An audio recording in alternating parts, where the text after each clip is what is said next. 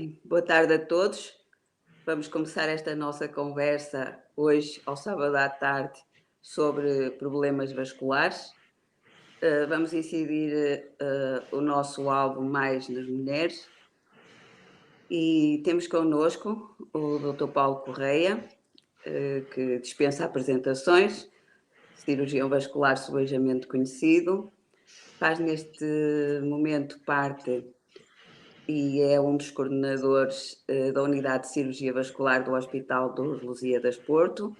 Obrigada, Dr. Paulo, por estar hoje connosco e esperamos que esta conversa seja agradável, em primeiro lugar, e que ajude a esclarecer algumas dúvidas e algumas questões que poderão ser levantadas. Muito obrigado, doutora Irene, pela sua introdução. Pronto, vamos então falar de coisas relacionadas nas nossas mútuas, enfim, especialidades, nos nossos mútuos trabalhos, né, nos nossos comuns doentes, às vezes também, e gostaria, enfim, de estar ao seu dispor para responder a qualquer coisa que possa ajudar. Eu penso que não vai ser uma questão de minhas perguntas, vamos conversar à medida que as perguntas vão surgindo, mas eu penso que se calhar poderíamos iniciar por fazer uma pequena introdução sobre o problema vascular. Praticamente todos, se calhar, que estão a ouvir sabem que no nosso organismo temos principalmente dois tipos de vasos, os venosos e os arteriais, que é por onde circula o sangue que é levado a todos os órgãos do nosso organismo, e que entre eles são diferentes, as artérias e as veias. As artérias são normalmente mais espessas, têm uma camada muscular mais forte, mais espessa, e as veias mais finas, com uma camada muscular muito menos espessa, mais fina, e têm uma particularidade importante, que têm umas válvulas no seu interior que ajudam a fazer com que o sangue, na sua subida para o coração, não reflua com tanta facilidade. Todas essas características são influenciadas por alguns fatores, nomeadamente o fator hormonal e, principalmente durante a gravidez, a pressão intraabdominal que é exercida por o útero grávido, principalmente a partir do final do primeiro trimestre e início do segundo. Não sei se o Dr. Paulo terá alguma coisa a acrescentar a isto, de certeza que tem. Sim, penso que a gravidez é um dos temas interessantes para falarmos um bocadinho, que é um tema preocupante. É um desafio para a mulher, né? É um desafio para o corpo, é um desafio para o sistema vascular, é um desafio em particular para aquilo que estávamos a falar agora, para o sistema venoso. E realmente, se já não é fácil ao sangue venoso para fazer o seu percurso contra a natura na maior parte das vezes entre os pés e o coração, porque é um sentido contrário à gravidade, um sentido ascendente, se já de si não é fácil quase sempre, até porque não temos um coração periférico, o nosso coração é central, com a gravidez e com os fatores que a doutora Irene falou, das alterações hormonais do início da gravidez, do aumento do fluxo competitivo, quase que poderíamos falar, entre o nosso coração e o coração existente e a placenta do futuro bebê ou do bebê, e acrescido depois mais para o final das alterações provocadas pelo aumento do volume, do aumento do peso, aumento das estruturas e até da compressão que esse novo ser provoca sobre as estruturas venosas, nomeadamente ao nível da pelve, ao nível da bacia, e que realmente colocam desafios importantes, e daí não se é de estranhar que durante esse período, que é longo, como sabemos, 9 meses em média, vai condicionar alterações progressivas muitas vezes. Especialmente se houver, por parte da família da grávida, alterações já do sistema venoso, se houver uma história familiar de doença venosa, se for a primeira ou segunda gravidez ou a terceira, porque a partir da primeira a incidência de problemas venosos aumenta, né, a partir da primeira gravidez, e depois também depende do tipo de trabalho que a pessoa tem, do tipo físico, da sua estrutura, dos seus bons ou maus hábitos no que diz respeito ao sedentarismo e à atividade física, de outros fatores como, enfim, cada vez mais crescente a obesidade que se verifica também no nosso país, enfim, se é fumador, se tem antecedentes, outros antecedentes patológicos, etc. Mas realmente a gravidez provoca logo desde o início, muitas vezes, alguns sintomas que são conhecidos, peso nas pernas, o cansaço, algum mal-estar, que alivia muitas vezes com o repouso, provoca mais tarde edemas, inchaço das pernas, inchaço dos pés, aparecimento de algumas aranhinhas vasculares, vulgarmente designadas por derramezinhos, e até varizes. Enquanto na primeira gravidez a maior parte desses derramezinhos, dessas varizes pequeninas, desaparecem após o parto, quase imediatamente após o parto, às vezes na segunda e na terceira gravidez uma grande parte já não desaparece. Já não há capacidade das veias se recolherem ao seu estado inicial e ficarem inaparentes, o que provoca também, além dos problemas funcionais, problemas estéticos. Não é? Pois, e numa gravidez subsequente, o aparecimento dessas queixas e desses sintomas é mais precoce do que na gravidez inicial. Exato. Sem dúvida. Na primeira fase da gravidez, essas alterações começam a fazer-se notar, porque logo a partir do início, a partir das 6 semanas, as hormonas produzidas pela placenta começam a exercer a sua influência a nível vascular e, mais para o fim, o peso. É uma questão que muitas não, quase todas as grávidas nos põem, e eu penso que a atitude preventiva tem um papel muito importante.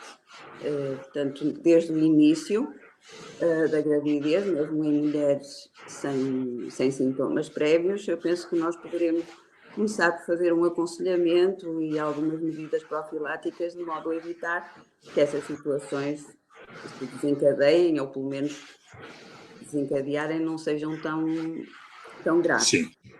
Sim, sem dúvida, não é? Sem dúvida, eu acho que aí as nossas mútuas áreas de conhecimento têm um intercâmbio muito grande e é verdade. Devemos tentar prevenir, principalmente se houver história familiar ou pessoal já de antecedentes de doenças venosas. Devemos ajudar a prevenir o seu aparecimento ou o seu agravamento ou as suas complicações, que também é exato. E aí, em primeiro lugar, sem dúvida nenhuma, o combate ao sedentarismo, que é muito frequente e que agora está mais frequente, agora devido ao estado atual desta pandemia, está mais frequente do que nunca, porque as pessoas estão mais paradas, estão mais em casa, estão mais em teletrabalho, estão mais sentadas, fazem menos atividade esportiva, menos atividade física de modo geral, aumentam um bocadinho o peso, e tudo isso vai agravar aquilo que já disse das alterações hormonais, não é? Portanto, vai agravar os efeitos dessas alterações hormonais sobre as paredes vasculares, as paredes venosas. E dentro da prevenção está esse combate ao sedentarismo. Portanto, todos nós nos devemos mexer o mais possível e evitar estar sentado tanto tempo quanto estamos. Inevitavelmente, diga, desculpe. Às vezes pequenas atitudes, como por exemplo a elevação dos membros inferiores, mesmo quando estão sentadas ou quando estão numa situação de descanso ou mesmo durante a noite, também será muito importante. Exato. E mesmo se tivermos que estar, como é o caso muitas vezes, temos que estar sentados horas, sem nos levantarmos, ou mais que 2 horas sem nos levantarmos, o que é uma pena, devemos provocar movimentos de dorsiflexão dos pés e de extensão e contração das pernas para tentar mobilizar essa estase, esse sangue, esses líquidos que se vão acumulando nas pernas, que é o nosso alvo principal. E como nós, há bocado dizia, não temos um coração periférico, assim acionamos os mecanismos musculares de contração e de relaxamento que fazem com que haja um falso coração, um segundo coração, que nos ajuda realmente no movimento do sangue, no sentido do retorno ao coração. Não é? A acrescentar isso, por vezes será bom usar, dependendo de se já tem patologia, se já tem doença, se já não tem, ou se tem sintomas, pelo menos, ou se não tem, o uso de uma contenção. Isto é, meias de contenção, elásticas ou que podem ser de diversa graduação conforme o grau de problemas que vamos tendo. Não é? Se tivermos apenas sintomas leves, poderá ser uma contenção muito leve, uma classe 1, como nós designamos, mas se tiver problemas mais graves, muitas vezes teremos que ir para outras classes, especialmente para a classe 2, que é mais frequente, de compressão elástica, não é? Para usar no seu dia-a-dia. Uma questão que muitas vezes as senhoras põem, que levanta muitas dúvidas, é a diferença entre meias de descanso e meias elásticas. Portanto, elas não são bem a mesma coisa. A diferença essencialmente está no tipo de fibras e no tipo de construção da meia. A meia de descanso tem uma fibra cuja elasticidade se mede numa medida conhecida que é o DEN, e a construção da meia é uniforme ao longo da perna. Isto é, não há uma grande variação de pressão, há uma variação de forma da meia na construção, evidentemente tem que ser mais larga na coxa que no tornozelo, mas não há um gradiente de pressões, não há uma alteração de pressão.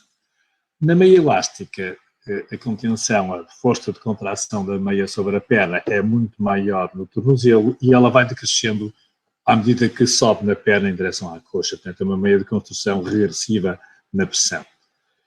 E, portanto, é uma meia já considerada uma meia medicinal, uma meia que já tem propriedades, algumas propriedades também terapêuticas, além de ser preventiva, como é evidente. Doutor Paulo, e o que é que pensa sobre as diferentes meias? É indiferente usar uma meia até ao joelho, uma meia até à raiz da coxa, ou será mais aconselhado e mais útil o colã? Que é uma questão que também muitas vezes... Exato. No que diz respeito ao tema inicial, que era da grávida, ou é da grávida, o colã torna-se difícil. Enquanto, no fim das primeiras semanas, mesmo pouco tempo de gravidez, ele ainda é admissível, depois, devido aos fenómenos naturais do aumento do volume abdominal, torna-se complicado de usar, embora haja meias que têm uma extensão abdominal que facilita, mas torna-se mais complicado.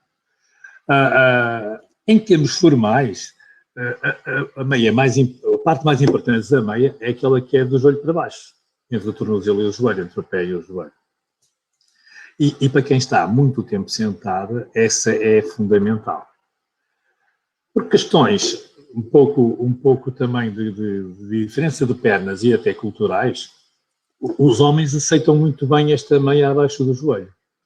Mas as senhoras já não aceitam tão bem, porque estão habituadas a usar mais meias até à raiz da coxa ou meia calça, e dá-lhes um pouco mais de grau de conforto.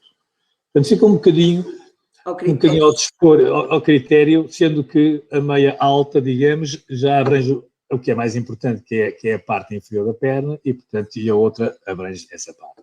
Portanto, fica um bocadinho ao critério do conforto da própria pessoa, não é? Não é? Não esquecer que quem está há muito tempo sentado, principalmente agora atendendo que a temperatura vai subir, a meia até à raiz da coxa também tem uma banda de silicone, habitualmente, que é o que ajusta a meia à pele, e às vezes há alergias, às vezes até pela transpiração e pela pressão sobre a cadeira, muito tempo onde estamos sentados, às vezes há fenómenos locais que também tornam mais desagradável o uso dessa meia. Então o conforto é muito, muito importante, não é? Sentir-se bem com a meia. O bem é relativo, como é evidente, nem sempre é fácil calçar as meias. E na grávida, já agora o calçar as meias é interessante porque é um processo, como sabemos, que vai aumentando as dificuldades à mulher, não é? No percurso. E chega a uma altura que é talvez quando a meia ainda é mais precisa, que é mais lá para o fim da gravidez, em que já tudo incomoda, inclusive é a barriga. E já é difícil calçar a meia. E nem sempre é possível pedir ajuda para calçar a meia. E a meia não é fácil de calçar, principalmente no que diz respeito à passagem pelo tornozelo, porque calcanhar tornozelo é a parte mais difícil de calçar a meia. Há uns dispositivos que se podem adquirir, que não são muito baratos, mas podem ser adquiridos, que facilitam essa vida, em que a meia é calçada nesse dispositivo primeiro e depois o pé enfia-se e fica muito fácil o calçar da meia. Pode ser uma ideia que ajude a quem tiver essa dificuldade de mobilidade acrescida pela gravidez, não é? E a meia também deve ser calçada e começada a usar logo pela manhã após o levante, não é? Idealmente. Idealmente. É evidente que temos diversas situações. E nós referimos sempre pela manhã, como disse muito bem, e sai-nos sempre essa frase, deve ser calçada pela manhã. Mas, por exemplo, há casos particulares, por exemplo, pessoas que trabalham por turnos, até temos colegas nossos, e enfermeiras, enfim, outras pessoas que trabalham na saúde e não só, por exemplo, têm outros ritmos de vida. E o importante é que a meia seja usada quando ela é mais precisa, que é quando estamos mais tempo na posição estática, ortostática, posição vertical, seja ela sentada ou de pé. E então aí deve ser calçada antes do início do trabalho, essencialmente antes do início do trabalho, a não ser que a pessoa já tenha uma tendência muito grande para ter as pernas inchadas, e aí deve ser calçada logo que faça o levante, não é? Que é na altura do dia em que as pernas estão menos demasiadas. Há bocado a doutora Irene também tocou num ponto importante, que era dormir com as pernas elevadas. Isto é, durante a noite não há aquela dificuldade de fluxo sanguíneo entre a perna e o coração, porque estamos deitados e, portanto, a pressão hidrostática é mais ou menos a mesma. Então o fluxo faz naturalmente.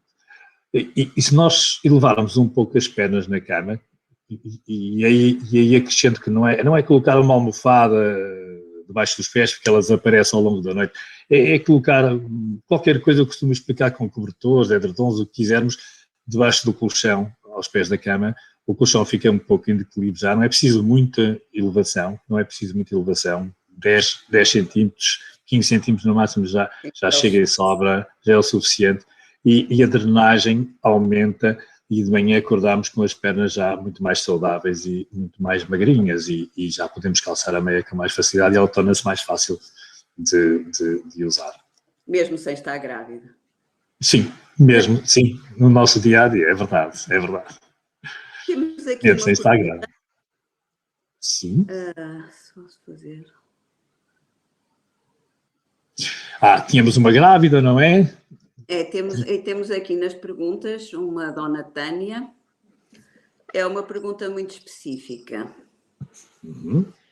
Que teve uma trombose há 3 anos. Desculpe, eu não estou a ver a pergunta e por isso o que é? Teve uma trombose há 3 anos. Sim. Está grávida de 25 semanas, na primeira gravidez. Está a fazer neste momento heparina, tromalite e daflon. E meias elásticas, inclusive, é dormir. Está certo. E depois pergunta ainda mais se pode fazer algo de modo a que não pigmente as pernas e pés e sinta dormência na perna que teve trombose. E diz que as meias elásticas até a dormir foi indicação da obstetra e também a elevação dos membros. Eu, da minha parte, penso que tudo o que a senhora está a fazer está correto.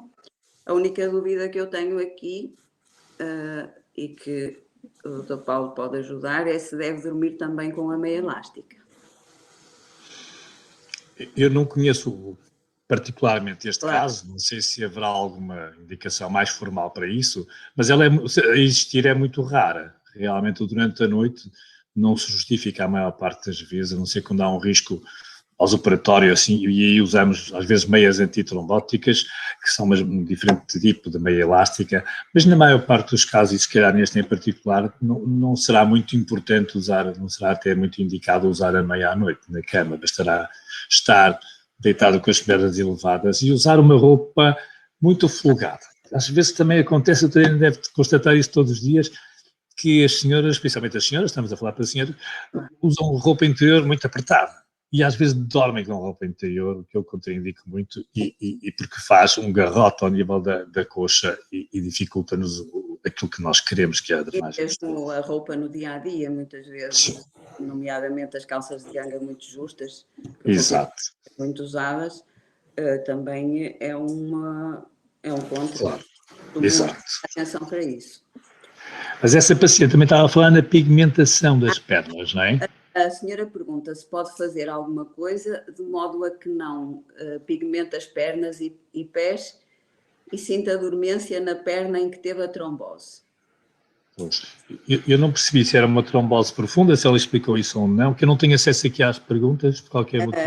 Não explicou, mas sim, se teve uma trombose e que está a fazer heparina, Sim, deve ter sido algo profundo, exato. Deve ter sido uma trombose venosa profunda. Mas também não sabemos o resto das condições da senhora, não é? Quais outros? Sim. Trombose venosa profunda na veia popelítea, acabou de escrever. Ótimo. Sim, o que pode... Normalmente não existe pigmentação provocada por esse fenómeno, não é? Pode existir uma alteração da coloração da pele na posição vertical da perna e quando que se constata que, na maior parte dos casos, quando elevamos a perna, ela diminui ou se ausenta até, fica com uma coloração normal. Quanto à pigmentação provocada depois por aparecimento de outros problemas decorrentes dessa obstrução vascular, sim, aí sim é o uso da meia elástica e o evitar apanhar luz solar direta na perna, não é? Porque senão pode pigmentar, pode sim, senhor. Mas a pigmentação, nomeadamente na parte distal do membro, não é mais provocado pela insuficiência venosa superficial? Ou também não é? É. O que ela pode é, quando nós temos um obstáculo importante, como foi esse caso da papilítea, da veia papilítea, acontece que muitas vezes há desenvolvimento de varizes secundárias a essa obstrução e essas varizes podem também, por si só, sofrerem também fenómenos de trombose venosa superficial ou podem ficar tão superficiais e com a parede tão, digamos, porosa que haja extravasamento de sangue ou de ferro, do ferro existente na nossa hemoglobina e possa pigmentar a pele. Claro que a hemoglobina é vermelha, como diz o próprio nome, mas depois, em contato com a luz solar, ela transforma-se em óxido de ferro, em hemosiderina, e, portanto, pigmenta com aquela cor acastanhada que nenhum de nós gosta de ver. Não é? Portanto, aí sim é trombose venosa superficial ou então insuficiência venosa superficial, e o cuidado que devemos ter é o mesmo, é proteção solar e diminuição dessas condições. A senhora voltou a pôr aqui uma informação, não me parece que seja pigmentação. A pigmentação é ficar roxa quando está de pé e desaparece quando eleva as pernas, portanto isto é estase, não é? É estase, exatamente, não tem a ver com a pigmentação da pele, que é um fenómeno permanente. Estase quer dizer que o sangue se acumula um bocadinho mais porque tem dificuldade a subir. Exato. Pronto, Dona Tem Tânia, um obstáculo. penso que a Dona Tânia ficou esclarecida em todas estas respostas que lhe demos. A única questão que tem aqui em relação a dormir com a meia, que poderá até ser muito incómodo para si, deveria rever essa situação com a colega da obstetrícia. A Dona Tânia agradeceu pelas nossas respostas. Muito obrigada a nós por ter participado. Muito obrigado. Não sei se seria também um tema, não sei o que é que acha. Em relação às grávidas, não sei se há assim algo mais... Há uma questão que muitas vezes nos surge também, cujo mecanismo é o mesmo, principalmente da compressão, que são as varizes vulvares. As varizes vulvares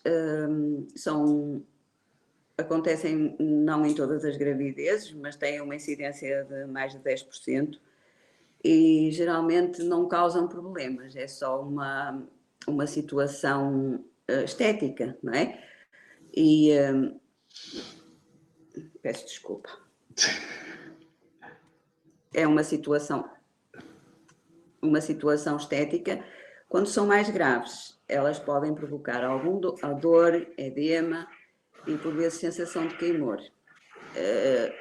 As grávidas ficam muito preocupadas com isso porque têm receio que haja ruptura e mesmo na altura do parto. Em relação a isso, o que eu queria dizer é que em situações leves elas não necessitam de ser tratadas, não necessitam de qualquer tipo de tratamento. Quando começam a dar sintomas, poderemos usar um gelo ou um patch mais frio e às vezes é muito útil usar um penso higiênico, confortável, na parte inferior da cueca, de modo a provocar alguma compressão. É como, não podemos usar meia elástica na região da vulva, mas basicamente o objetivo seria o mesmo, era provocar alguma compressão a nível da vulva, de modo a fazer com que essas veias fiquem mais pequenas. Após a gravidez, a maioria delas desaparecem, não deixam qualquer sintomas. São provocadas basicamente, e neste caso específico, por um aumento da pressão intraabdominal, neste caso. E o mesmo se passa com os hemorroides, que também temos aqui uma grávida de 36 semanas, por a questão que tem hemorroidas e que tem sido um grande desafio.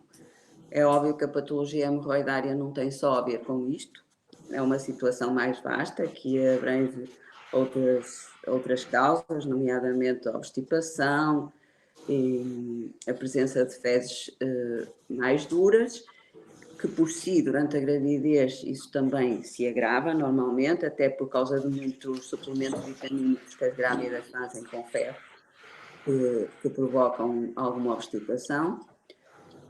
E durante a gravidez, por causa da pressão intraabdominal, elas têm sempre uma tendência, quando haja uma predisposição, uma tendência a agravar-se, e não é uma situação fácil, porque os tratamentos são mais ou menos conservadores, poderemos usar venotrópicos, a cirurgia em casos de trombose hemorroidária, que é muito específico, e normalmente durante o parto e após o parto têm tendência a agravar-se. Portanto, isso aí não teremos muito a ajudar em relação às hemorroides, a única coisa que temos é prevenir a obstipação, fazer tudo, nomeadamente a nível de ingestão de água, a nível de ingestão de alimentos, para que as fezes fiquem mais moles e moldadas.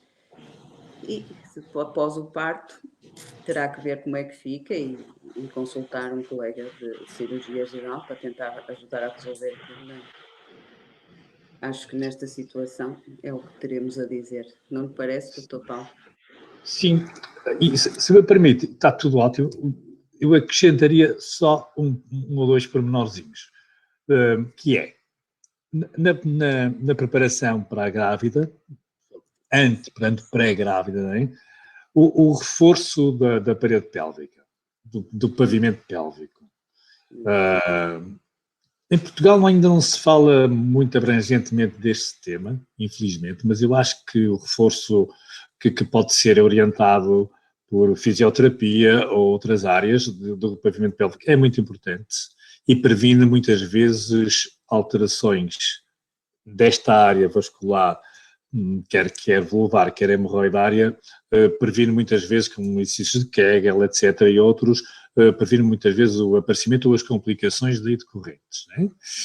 E outra coisa, por vezes a compressão que falou muito, alivia bastante, o gelo, os baixos frios, alivia bastante os sintomas na área, mas muitas vezes é necessário, quando a pessoa é muito sintomática, porque às vezes as varizes vulvares, como já teve ocasião de ver mais que uma vez, são muito exuberantes e são muito até condicionantes. E as pessoas queixam-se porque aquela região fica entumecida e fica sintomática, fica dolorosa, fica incomodativa. E uma coisa que se pode fazer é períodos de repouso em que não chega aí os membros inferiores elevados, como tradicionalmente nós falamos. Porquê? Porque a nossa bacia tem uma particularidade que é a sua forma anatómica, que é um pouco em bacia, como o próprio nome diz. E então o que seria bom fazer é colocar também debaixo das nádegas algo que modificasse um pouco esta posição, porque assim conseguimos que a drenagem seja feita muito mais facilmente.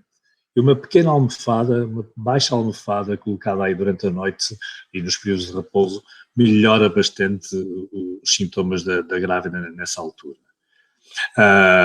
É um pequeno approach que pode ajudar nos casos mais sintomáticos também. Acha que em relação às hemorroidas também poderá ser útil? Sim.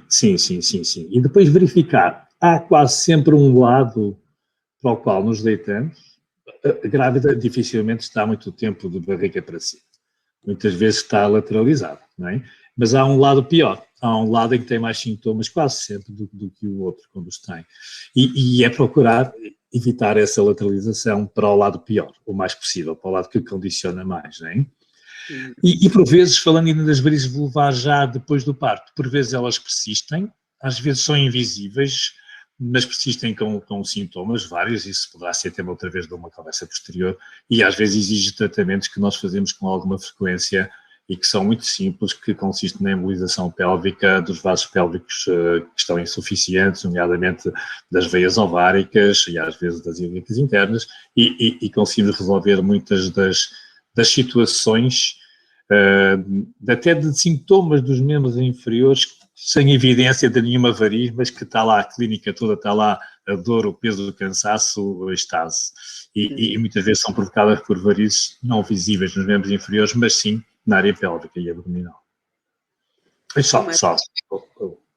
Mas em termos de prevenção, acho que sim, que disse tudo. O receio que me manifestam a mim, as grávidas, é a respeito de uma trombose venosa das varizes pélvicas, das veias vulvares, neste caso, e também o receio a conduzir o parto, de uma eventual episiotomia poderá ser condicionante de algum sangramento e por isso terem algum receio. Mas normalmente isso é pacífico, não traz complicações. Até porque muitas vezes nessas situações tentamos sempre evitar as episiotomias e quando é necessário, normalmente a sutura e a questão da hemorragia não é grave. Até porque logo após o parto, exatamente, vai tudo a regredir. É verdade. Pequena chega no que o Dr. Paulo disse em relação ao reforço do pavimento pélvico, concordo plenamente, é sem dúvida muito importante, até na parte urinária, porque vai ajudar a prevenir alguma incontinência urinária posterior, que muitas vezes tem a ver com o relaxamento do pavimento pélvico provocado por partos, e também é importante na prevenção dos prolapsos e dos cistocelos e das alterações da musculatura da parede vaginal. Portanto, todos esses exercícios de reforço do pavimento pélvico são uma atitude muito importante e que muitas vezes nós não referimos e podemos até esquecermos ou deixar passar, mas é muito importante essa situação também. Exato. É isso. Eu acho que... Gravidez, às vezes, também uma coisa que ajuda e que as obstetras e ginecologistas fazem, e muito bem, são aquelas também cintas de apoio, aquelas faixas de apoio. Eu não sou muito a favor daquelas cintas muito compressivas, eu pessoalmente, mas há umas outras faixas que fazem um suporte. É uma faixa de suporte. Exato. E as cintas nas grávidas não são essas cintas de compressão. Portanto, normalmente o que é uma cueca e que tem um reforço que suporta o abdômen e se estende um bocadinho até à região da lombar. Portanto, há ali um reforço naquela parte, que nós chamamos-lhe uma cinta, mas sim, o termo cinta se calhar não está muito bem aplicado. Aquilo é mais uma cueca reforçada, de modo a que faça um suporte da barriguinha e também dá algum bem-estar a nível da região lombar. Portanto, muitas vezes também, eu por acaso esqueci-me de referir isso, mas muitas vezes usamos e também é importante. E ajuda. Muito bem. Parece que não temos mais perguntas, Dr. Paulo. Não. Poucas grávidas hoje. Foram fazer profilaxia, foram passear. Sim, foram fazer a sua marcha, fizeram muito bem. Agora, não sei, em relação à área, a outras áreas comuns que nós temos e que se calhar a doutora Helena é muitas vezes solicitada, é sobre contraceptivos, por exemplo. Não sei se poderemos ter alguma palavra sobre isso. Vou falar um bocadinho sobre isso. É uma questão muito frequente, porque muitas senhoras acham que a pílula e as hormonas das pílulas fazem aparecer varizes e mesmo se tem indicação para tomar contraceptivos orais combinados, mulheres que têm antecedentes de patologia vascular ou não, e mesmo mulheres após cirurgias às varizes e tratamentos, Pronto, é uma dúvida muito, muito comum. Portanto, nós sabemos que os contraceptivos hormonais combinados têm basicamente 2 tipos de hormonas estrogénias e progestativos. Hoje em dia nós usamos sempre que possível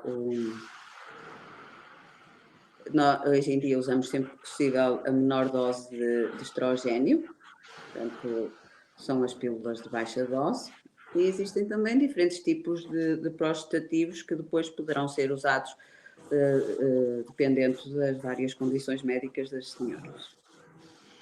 Em relação a se a pílula faz varizes, eu penso que a pílula não faz varizes. A pílula, como composto com hormonas, pode agravar ou desencadear algumas situações pré-existentes, tal como a gravidez. Portanto, não será propriamente a pílula a causa direta das varizes, mas poderá ser um adjuvante em algumas situações. Que lhe parece, Dr. Paulo, também isso? Sim, eu acho que sobre a gênese das varizes ou da doença venosa ainda há um mundo por descobrir muito grande. E que também condiciona os seus tratamentos.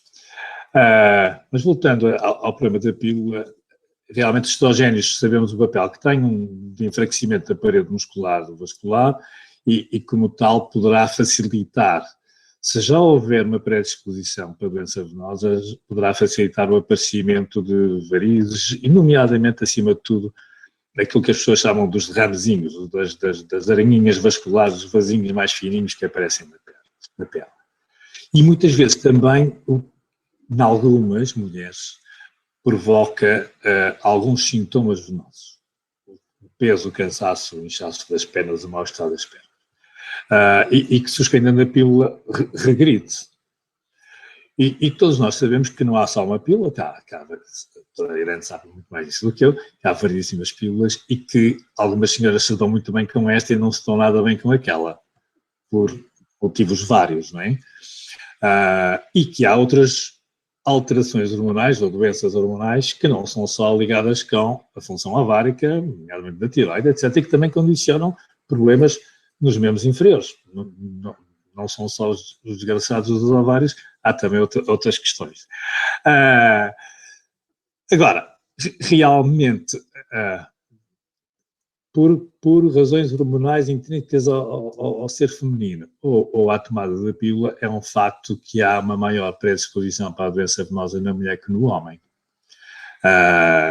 Mas não vamos culpar a pílula disso tudo, porque eu acho que aliás, já temos a oportunidade de conversar sobre isso, há milhões e milhões e dezenas de milhões ou centenas de milhões de mulheres que tomam a pílula todos os dias e não haverá tantas assim, ou haverá uma porcentagem de 20 a 30% de pessoas que têm doença venosa, independentemente de tomá-la ou não tomá-la. Portanto, a pílula é safe, é segura, hoje em dia é cada vez mais segura e não é, com raras exceções, não estará como indicada, não é?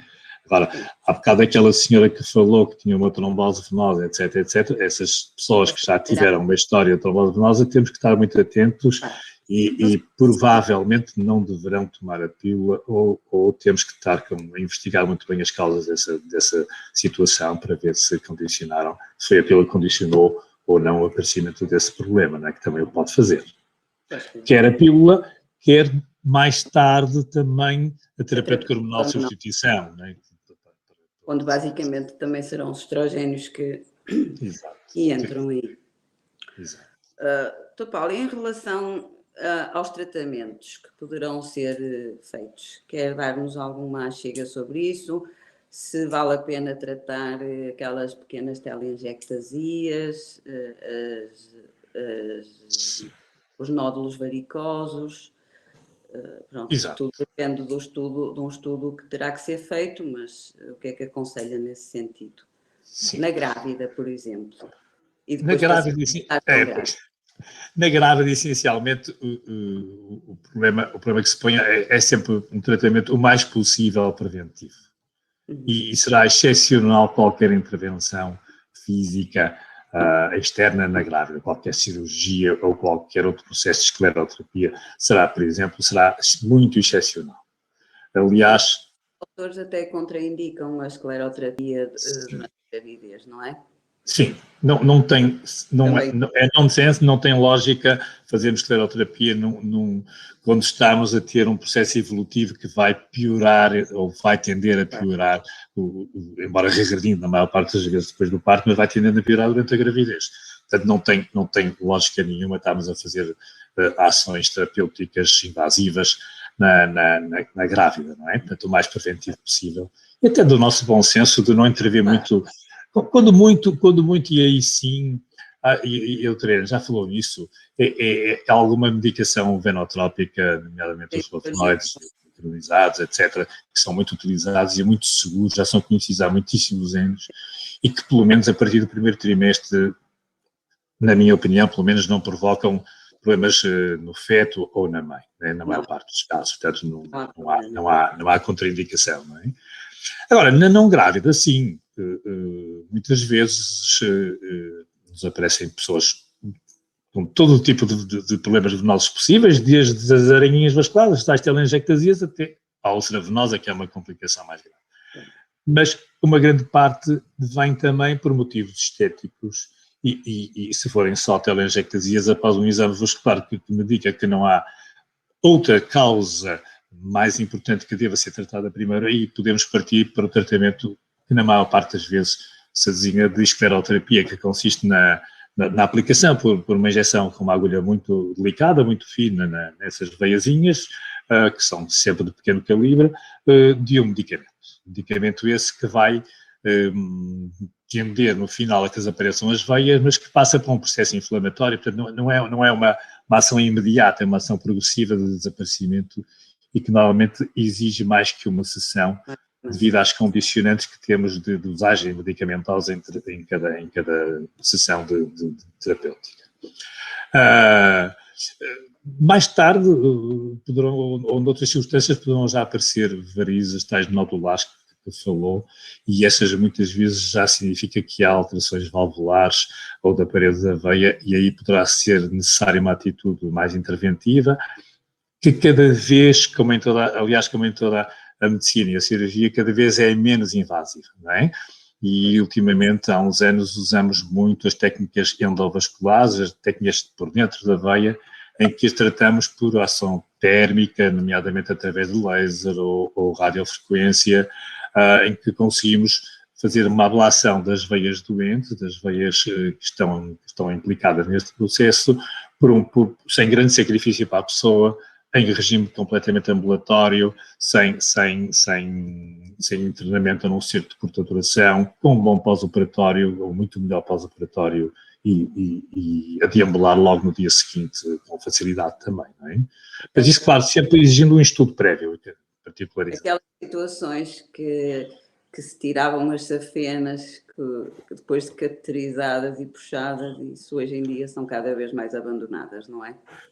E ainda se fazem por questões logísticas e por questões de rentabilização de blocos operatórios, às vezes ainda se fazem, quando é preciso massificar muito a intervenção, ainda se fazem, não é? Mas sempre que possível, cada vez se tende mais para as técnicas, como eu falei, menos invasivas, cada vez se tenderá mais por isso. Agora, pensar bem que a doença venosa não é... Isto é um tratamento do estadio, do estado em que está a doença, mas tudo o resto é muito importante. A prevenção é muito importante, porque é uma doença crónica, uma doença evolutiva e que ao longo da vida pode ter outras manifestações também, não é?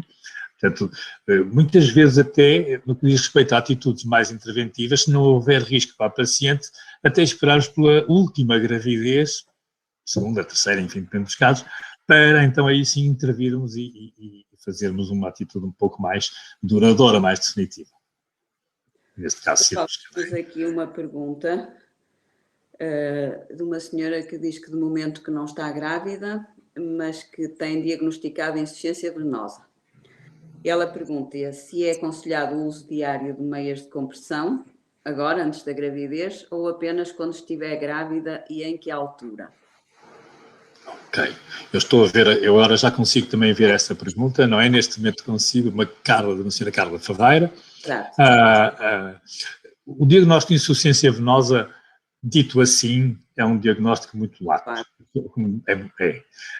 E, portanto, não sei o grau de insuficiência venosa que tem, se é uma insuficiência venosa porque apenas vê uns derramezinhos nas veias, das pernas, ou apenas ou porque tem algum sintoma, ou se já tem problemas muito graves, já teve trombose venosa, já teve outros problemas. E isso vai condicionar a resposta. Se a pessoa for... Acho que está a escrever.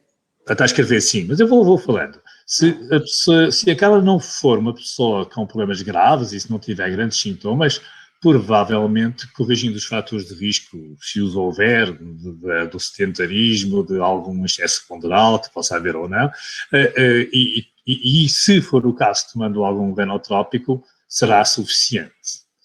Agora, se já tiver tendência para as penas incharem mais um pouco, ou tiver sintomas muito marcados, aí poderá necessitar, ou se a sua profissão for, por exemplo, balconista, parece que tem muitas dores nas pernas, comunica a sua vida diária, e em 2014 fiz a ablação cardíaca.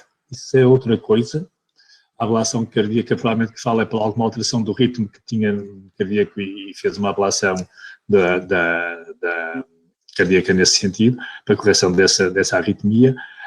É uma coisa diferente do que estamos a falar, da ablação térmica nas veias. Agora, se tem esses sintomas todos, provavelmente deveria usar uma meia de contenção elástica, sim, provavelmente, muito provavelmente. E não mesmo não grávida, não tem que esperar pela gravidez para usar, não é? Em 2000 fez um tratamento com anti-inflamatórios e melhorou. Ok. Necessariamente foi uma ação temporária da sua situação e por isso é que melhorou. Não é? Mas o uso da meia como prevenção do agravamento e como melhoria do seu estadio clínico, dos seus sintomas, é importante neste caso, sem dúvida. Eu, em relação a isso, tenho uma opinião que eu acho que sempre que possível e quando existe alguma dúvida ou algum fator de risco, nem que seja uma meia descanso, é sempre uma boa opção. Concordo, 100%. Acho que sim. E mesmo no inverno, que não custa nada, até são mais quentes, acho que todas as mulheres deviam usar. Sim. Eu costumo... Principalmente as que tiverem claro, não sei se está só a referir às grávidas ou às outras. Não, estou a referir de uma forma geral. Principalmente as que tiverem profissões mais de risco aumentado, não é? Pois. Balconistas, enfermeiras do bloco operatório, para dar exemplo, cabeleireiras, pessoas com profissões verticais. Estejam muito tempo de pé. Exato. Ainda para mais, a Dona Carla é fisioterapeuta, deve estar também muito tempo de pé. Acho que passa a vida de pé e em exercícios físicos um bocado extenuantes por vezes, não é? Tanto quanto sei.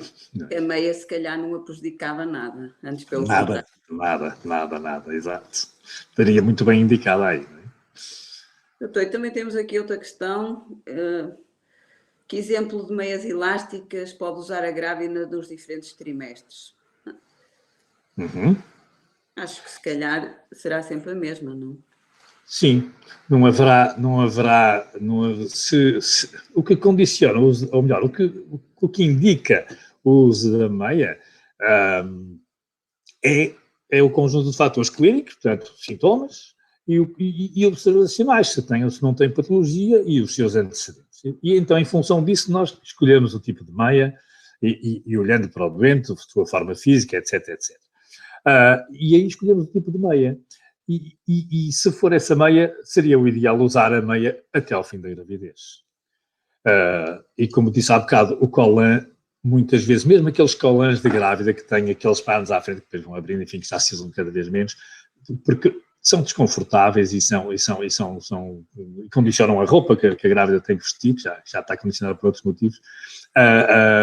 E, portanto, pouco se usa. Uma meia até à raiz da coxa, ou pelo menos uma meia até ao joelho, na maior parte das vezes poderá, se a pessoa não for sintomática ou for muito pouco sintomática, pode ser uma classe 1, que é uma baixa pressão a nível do tornozelo, ou a maior parte das outras vezes uma classe 2, se tiver profissões de risco também. Pois. Isto respondendo à tal pergunta de que tipo de meias, não é? Sim. De que tipo de meias pode fazer a grávida nos diferentes trimestres. Não há assim na maior parte dos casos não há diferença entre os trimestres. Entre os trimestres. E também tenho aqui uma pergunta para mim, da dona Tânia, novamente, que pergunta que no caso e após a análise ao sangue, foi associada a trombose, foi aquela senhora que teve a trombose da veia hipoplástica. Pergunta se foi associada ao uso da pílula após parto, que tipo de contracepção poderei fazer? Eu penso que a dona Tânia, após o parto e durante o resto da sua vida, deve ter muito cuidado com os contraceptivos orais combinados e, se possível, deve usar outro tipo de contracepção.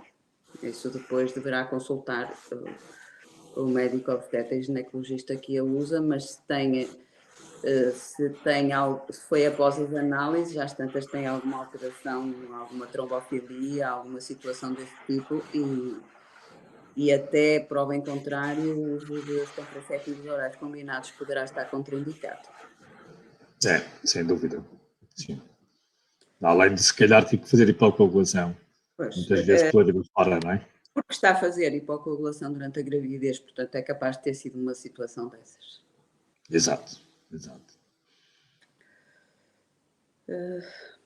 Bem, de momento parece que não temos mais perguntas.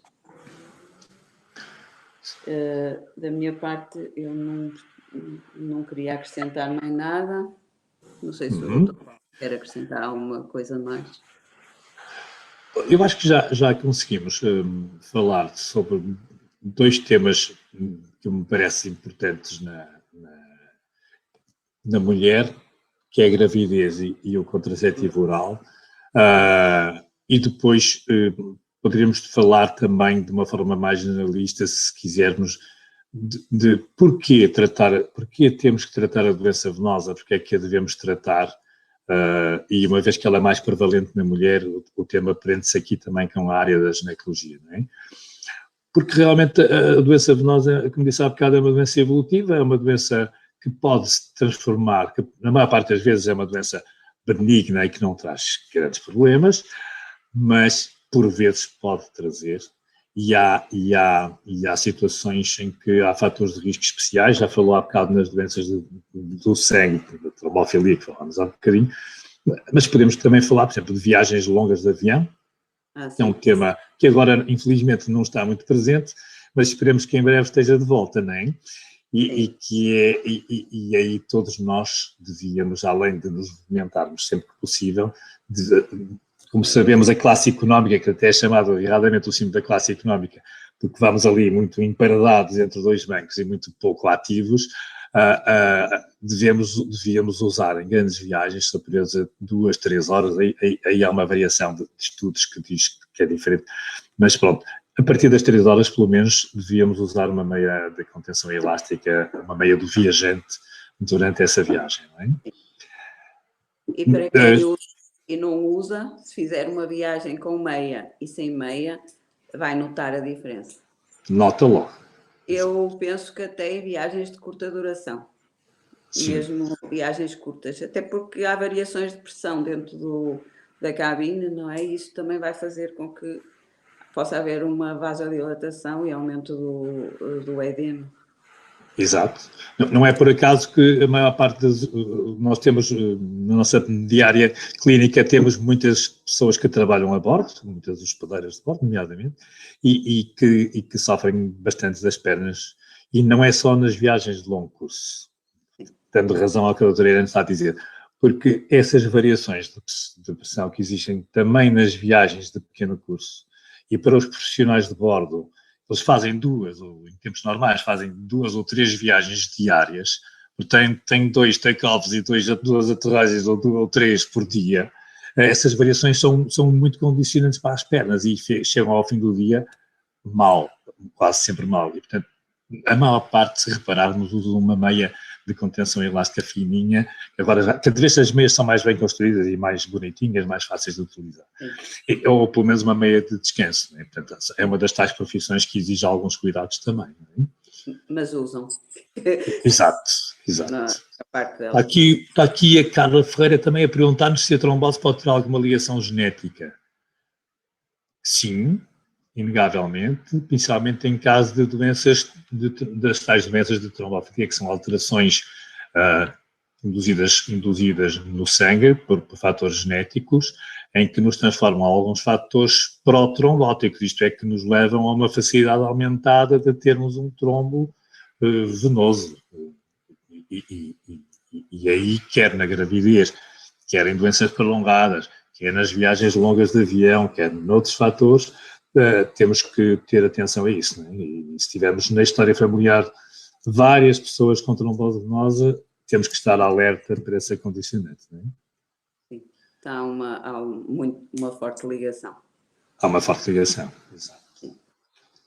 O agravamento, nós temos é que pensar que corrigindo os fatores de risco que é o sedentarismo, o estar muito tempo parado na mesma posição, o excesso de peso, os maus hábitos alimentares. Nós não falamos aqui na alimentação, porque não há tempo para tudo. E nos hábitos sabáticos. Os hábitos sabáticos também, enfim, corrigindo isso, nós certamente não iremos ter um agravamento tão poderoso da doença venosa e, portanto, poderemos controlá-la muito facilmente com pequenos tratamentos ou com pequenas atitudes ao longo da nossa vida, não é? Para quem já a tiver, não é? Agora, se não, e mediante outras condições também, o agravamento é a regra e poderá levar a situações bem desagradáveis, até que levem a internamentos, como às vezes acontece, que não são só por doenças arteriais, também usar por doenças venosas graves. Claro. E para não falar na complicação major, a complicação mais grave, que é a embolia pulmonar. Eu não quis falar de propósito, porque senão assustava aqui as pessoas, mas é uma das possibilidades, principalmente na trombose venosa profunda. Sim, mas... E que é rara, infelizmente. Sai um bocadinho do âmbito do nosso... Exato. E não vale a pena. Não, exato. O âmbito é muito vasto. É. Pronto, o Dr. Paulo já falou sobre algumas medidas, sobre as medidas gerais que todas as mulheres devem ter, e eu só queria aqui deixar mais um apontamento em relação às grávidas, que devem cumprir tudo aquilo que já foi dito, e uma questão que muitas vezes põem é se podem fazer exercício físico ou não. Claro que podem fazer exercício físico e podem fazer exercício que não seja só a caminhada, embora se não tiverem a oportunidade de fazer mais nada, as caminhadas e os passeios já é muito bom. Mas se tiverem possibilidade, há um exercício que é muito útil e muito bom, que é o yoga, e também alguns exercícios, mas sempre orientados por um, pronto, não vou dizer um personal trainer, mas num ginásio, por alguém responsável que oriente a grávida de acordo com as semanas de gravidez, com as patologias prévias, é muito importante e muito bom na prevenção da doença vascular. Muito, 100% de acordo. Já agora fazia-lhe uma pergunta, muitas vezes nós indicamos, fazia diretamente à doutora Iane, muitas vezes nós indicamos como um dos exercícios mais vantajosos nesta patologia venosa, que é a natação. Sim. E às vezes também me surgem algumas dúvidas sobre a pertinência de fazer natação na gravidez nas condições que temos. Porque se não fosse nas condições que temos, eu diria um sim verdadeiro, acho eu, que não estou a dizer asneira. Agora, gostava de ouvir um minutinho sobre isso. Nas condições que temos, Dr. Paulo...